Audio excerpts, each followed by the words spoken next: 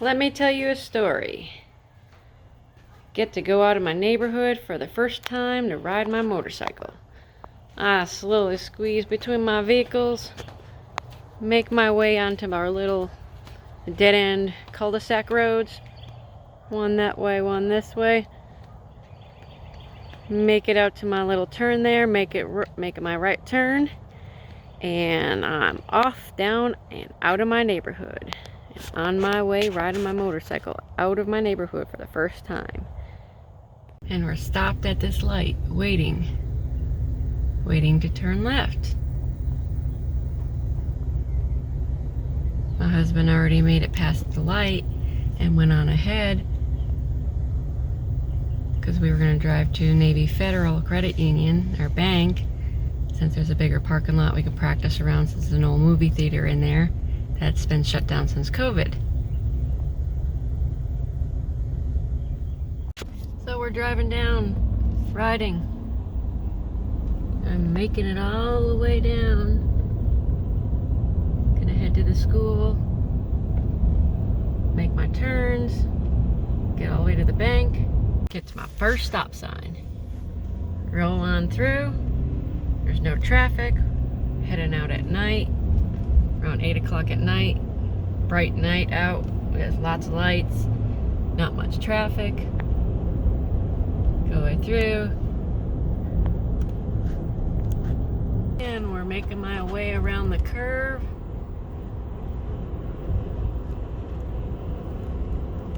We got a roundabout coming up. Doing a nice little stroll. Pretty easy. Going slow. Probably only in second gear, getting up to third gear when I'm in a little bit more of a straight area. 35 miles an hour. Get up to about third gear on this stretch to practice. Get a little bit faster, see what it's like. And slow down again. Coming up, I get my turn. Over in this parking lot here.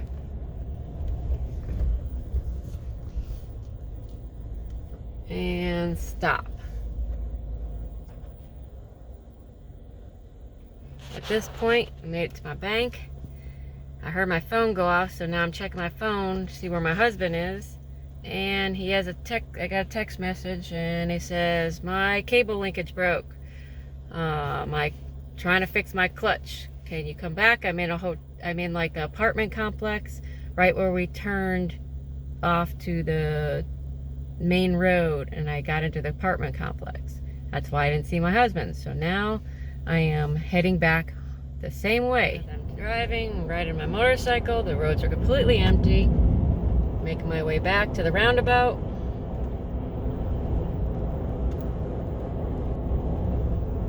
The roundabout. Move over to the left side of the lane. Go around the curve. Some more curves. Our high school area. It's nighttime, so there's still no traffic. Come up to my stop sign, gonna make a left. Going the other side of the high school, coming down, because he says he's in an apartment down here somewhere, apartment complex. Get to my next stop sign set. Now we're making my way around back down the road again, going towards the main highway area, or coming to it, trying to look for this apartment complex he said he had to turn into to fix his shifter. Turn left in here. Oh, okay, there's apartment complex. Not sure where he is. I'm just driving slow looking for him. I'm looking right, so when I turn into the apartment complex right there, make my way all the way through the apartment complex. Not sure where he is. In reality, I actually passed him, but he already had his headlights off, everything turned off, so I was looking for a headlight on his motorcycle turned on. Didn't see it. Went through that entire apartment complex, came out all the way up here. Okay, come out of the apartment complex, come back on this little side access road. I'm gonna go back in the apartment complex where I came in. Got a car following me. He's really on my butt. So I'm going slower, looking. Okay, well, and I start drifting over to the right side here, because I guess it's just habit moving over to the side so somebody can pass you. Well, when I was getting too close to the side, right here, I go and I start staring at the curb instead of turning left and turning my handlebars over. Nope. I bam and hit. Jumped the curb, land straight in the grass. Right there. Alright, so now I hit the curb and mad because I hit the curb and I knocked my bike over. And that was the first time I left the neighborhood. I was in my neighborhood practicing on the motorcycle, and me and my husband were going to go out of the neighborhood and go into like on the main road and into like kind of like smaller other neighborhoods. So I was going about 15 miles an hour, had full gear on, boots, helmet, gloves, jacket, things like that. So I start falling over to the right side. As I hit the curb, I lean out, and as you see, I lean out, the bike's still under me and push me, and even over the motorcycle engine I heard a snap. I'm like, oh my god. And in my mind, everyone's like, what do you think about like when you're breaking your bones or you're falling or you're in an accident? I was thinking about a Harry Potter movie, and when they got rid of his broken bones, and his arm just flopped. That's what it felt like to me. It felt like I just flopped my arm and went down, and I was holding it and I didn't want to move it. So I know I broke it. I was just hoping I didn't break both of the bones. So the car that was pretty much on my butt the whole time, he ended up stopping and called 911, called an ambulance. So when the ambulance got there, I was waiting for the ambulance, so I got up, I was digging out my phone from the bike and to call my husband, and my husband fixed rigged up his clutch with his shoestring and got his bike home, because we were really only 5 minutes from our house. And he got his bike home, and I told him I think I broke my arm. He's like, what? He's like, what? Where are you at? And then so he got the truck. He got my truck, brought my truck there. And right when he was getting there, the ambulance was getting there. So the ambulance checked me out, make sure everything was good. And I just told him, I just stood up and everything like that. I was just telling, please get my bike up. Can you pick my bike up? And they're trying to like check my arm and stuff like that. And I said, I broke my arm. And they're like, do you want to cut off the jacket? I'm like, oh heck no, I just paid $500 for this Harley jacket and cutting it off. So I pulled my jacket off, got my arm moved enough to where I got my jacket off and everything like that. But I did also have an additional, I had a long sleeve on too, so they did cut my long sleeve. It was my Hurley shirt. So they cut the long sleeve off, got me splinted up, and obviously they put an IV in because they're going to take me to the emergency room. My husband, what he did is he got the bike still started and ran, except for the handlebars were twisted. They must have, when it fell and hit the ground, the handlebars must have came loose and they pushed through the clamps and stuff like that, and they were all twisted. He says it drove, but it's like he was driving like crooked, like kind of like the handlebars were like facing to the right and the bike was facing straight. So, which were only 5 minutes. So he got the bike home and then rode his bicycle to the truck, and then threw the bicycle in the truck, and then drove to the hospital to meet me. Sitting in the ER emergency room, sitting there for probably a good, I would say, 30 minutes before I even got in the room. For some reason, it was jam-packed. This was a Monday night. It was spring break starting. So yes, I didn't have that much of a spring break to do it. We were supposed to, me and my husband were supposed to go out riding the spring break and kind of get used to our bike. Well, I broke my arm the first night of spring break. So our spring break was me going in and out of hospitals, getting my referrals and stuff. So I'm retired military, so I have a referral to be able to go into things. So going to the ER, I was fine. They took an x-ray, but they weren't going to do surgery. They referred me out in town to a orthopedics. So next morning I call orthopedics and found out that since it's like a separate referral system, so I actually had to go to my primary care, which was on base, to get a referral. So yeah, so I couldn't even be seen. So I have a broken arm that's just in like a splint with ace bandage wrapped around it. So, and I finally get an appointment later that day at 10 o'clock to go in to see into the naval hospital, my primary care area. So they go in, they do the referral. They're going to do the referral out in town, but then I was like, well, what? They just thought I preferred that. I was just letting them know that's how the ER set it up, to do that referral at an orthopedic out in town to do surgery. But then I ended up I'm like, they can do the surgery on base at that hospital. They had all the doctors and the surgeons and stuff. So I was like, no, just do it on base. So I had it, I went to the orthopedics there on base, and they reassessed it, took off what they put on, the emergency room put on my arm, and then they reassessed it. They got their new current x-rays and stuff like that, and as you see in the pictures, it was broken, and broke it right in half, right in the middle. But then once I got the x-rays done, they rebandaged everything up. So, and then I didn't have my surgery scheduled for 2 days because they had ordered the special plate that they wanted to put in between my bone and the screws and stuff. They had to order it and bring it in because this doctor likes to use a specific one. So after we did that, we got it scheduled up. I ended up in surgery. So I had a broken bone in a splint for 3 days of spring break, pretty much, or 2.5 days of spring break. And then finally I ended up going in on that Thursday, and nice all-day process, and pretty much had my surgery done. They split open, as you see in the picture, split open down the, I guess, the inside of my right arm to go in to do the things. I was out cold and didn't feel a thing. Obviously. I take well to medicine, I guess. I think they put the IV in, put something in my IV, and all I remember is 2 seconds later, and that was it. They asked me like what I remembered after surgery. I was like, I remember being up in the other room, and it was something I said. I was like, I remember that and that, and I'd be like, yep, that was about 2 seconds after we put the IV or put the medicine in you. So, and I was out cold. Woke up and I was already bandaged up, casted up in another. This thing right here. Today I get to go and get my short cast so I can actually bend my elbow. I got my grip strength back, so I can still do everything and spin and go like this and everything like that. It's tight. What mainly hurts is my elbow because it's constantly, I can't bend it straight. I have to keep it at an angle.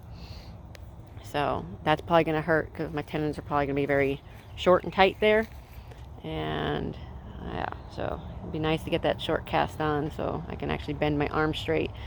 And since I am right-handed and I broke my right arm, it's very difficult. I guess I must have some left-handedness in me. My dad's left-handed, so I used to be ambidextrous when I was a kid, but so I could still kind of write. I used to mirror write with my left hand, but now I can somewhat write. Looks like a child's handwriting, but I can eat, write, do things. I've actually started working on my bike. I was working on my bike earlier, but I actually I needed to do a base gasket, so I actually took it into the shop because the base gasket was leaking on the front cylinder. So I was going to take it in anyway, so they're going to do all my gaskets and everything. That's got 40-some thousand miles on it, probably needs it anyway, so I'll get all the gaskets done. And I told them that I knocked it over on the right side, so they're going to check like the handlebar, the forks, and they said I just got a call, the tire's fine. I told them to rebalance it, make sure everything's good, nothing's out of whack on it. So they said the tire, the rim, everything's still good, spokes are good. So I didn't really mess up my bike. The only thing I messed up was my little windshield on there, and it bent the clamps on the quick disconnect windshield and cracked it. So as you see, it fell on the right side and it cracked the windshield. So I took all the clamps and stuff off.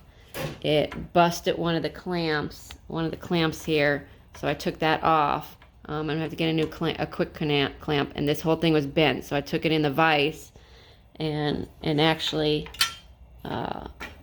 bent it back out because this thing was like bent all the way in. So I'm hoping, well, once I get my new windscreen here and I get the new windscreen in, I'll put it all together, and I might have to rebend it just to adjust it when I get the bike back from the when they're doing the base gasket and everything. So once I get when I get the bike back from that, and I'll have all new seals, new base gaskets and everything, and I'll get the windshield back out, and I'll be riding again, or well, practicing riding my motorcycle again, and I'll probably I might have to re-get that grip strength back. I mean, it's the brake, my right hand, so it's my brake side, so it shouldn't be too bad. I'm able to grab things now, even with the cast and this hard metal, or hard, what do you call it, plaster piece that they put in, this little sugar tong thing that they do, where they bandage it up, wet it, and then it hardens. So it's hard to grab things. You can't, because of this thing being in the way. But I can close and squeeze. It's very tight. I can feel my muscles pulling when I'm doing that. And obviously the bone area, but I've been doing that kind of strengthening while I've had this cast on, so I can make sure I have my grip strength back and everything back, and it heals. Eat right, obviously. I always eat right anyways, minus my sugar fix every now and then for candy.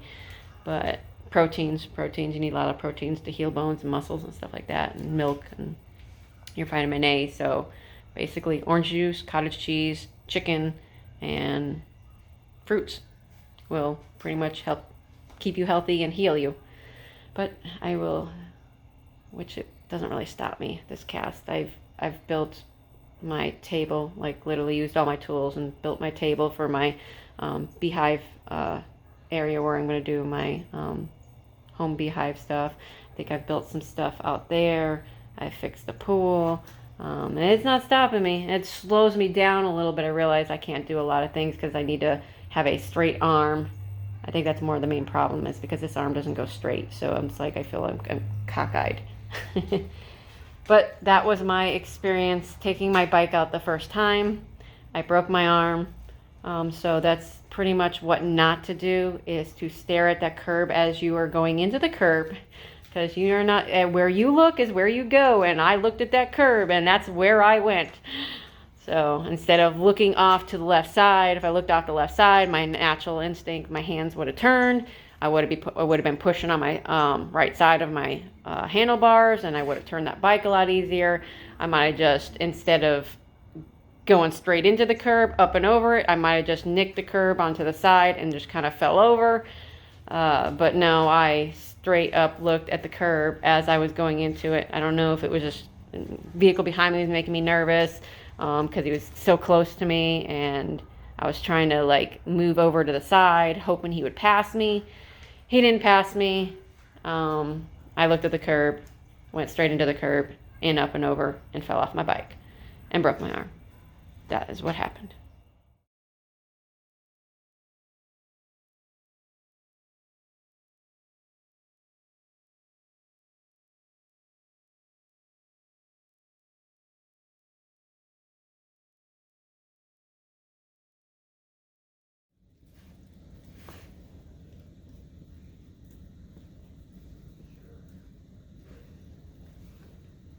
Okay, molding a removable cast. It's like putty. Alright, this is the completed, molded, removable cast. I'm going to put a nice compression gauze thing on. Removable cast. I got to practice some range of motion. So with this removable cast, I am not supposed to be doing anything extra. No lifting, no working, no doing any of that stuff. Yeah, if it was probably anybody else's choice, I'd probably be in a full cast, arm cast, because I have no self-control of not wanting to lift, work, and do stuff. So we'll see how it goes. And I just got to start some physical therapy for range of motion. My elbow, she said that's number one priority, is to get that arm going straight, which it's kind of like almost there, but not quite there. Wrist, my grip, turning is a little bit harder on the wrist, more towards the pinky side, back end of the wrist, kind of hurts. But that's because your two bones inside cross over when you're making that motion, and that's what's hurting. But that's what I got for now.